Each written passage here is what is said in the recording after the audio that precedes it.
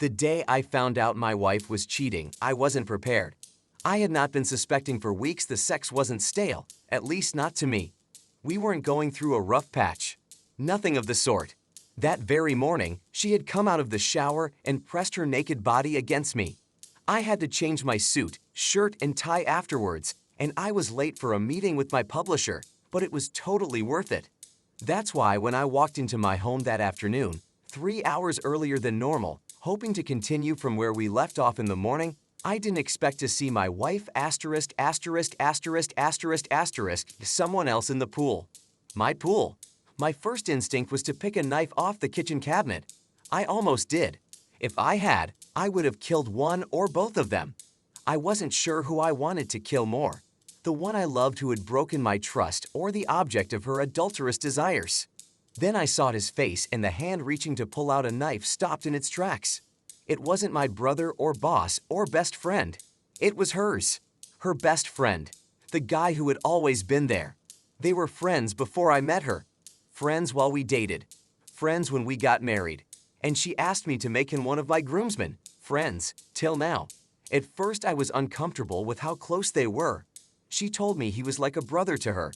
Then he got a girlfriend, a hot one, who he eventually married, and I never saw him in that light again, till now. Of course, in the harsh light of reality, he had always been around. It could have been going on for years. If it had, that would make me a fool.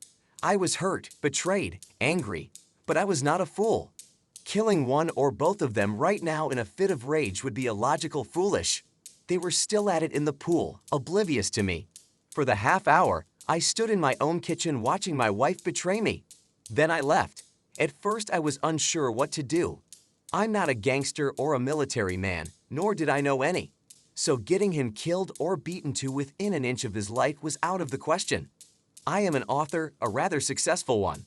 My last book sold around 3 million copies each in 6 continents. That is how I was able to afford the mansion in Asokoro, with a pool and tennis court, on the grounds that my stay-at-home by choice wife had converted to a love nest. I'm not physically intimidating either. I couldn't beat him up myself. The only tool I had, the only weapon I had was my mind. I drove back to the office. I knew the gateman would report that I had been home. She called just as I walked into my office. She sounded nervous.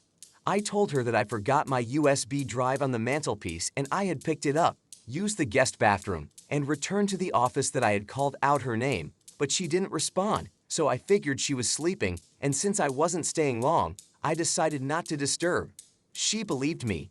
She had to. I sat in my office with the lights off. The emptiness scared me tonight. I had rented the office space in Guarimpa to handle the business side of the literary world and to have a zone, a place away from home where I could come up with ideas. I needed an idea badly that night. I got a few. I went home that night, kissed my wife, made love to her, and slept like a baby. She was surprised by how energetic the lovemaking was. I told her I had come up with a plot for my new book. I never showed my work till I was done, so she didn't press me. The next day, I went to see my best friend and lawyer.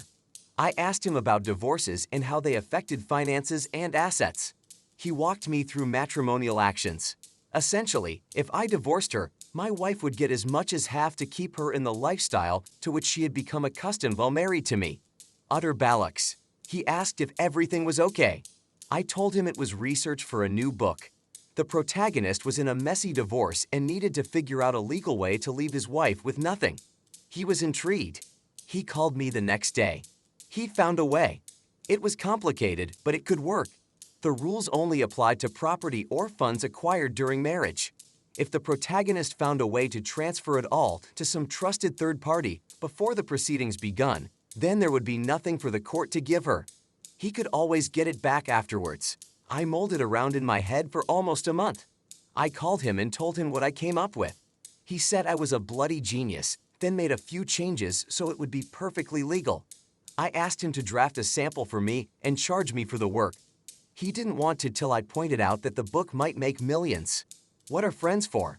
By now, our circle of friends was abuzz with the news that a new novel was in the works. Our circle of friends, which included my wife's lover and his wife, who fortunately for me, was a die-hard fan.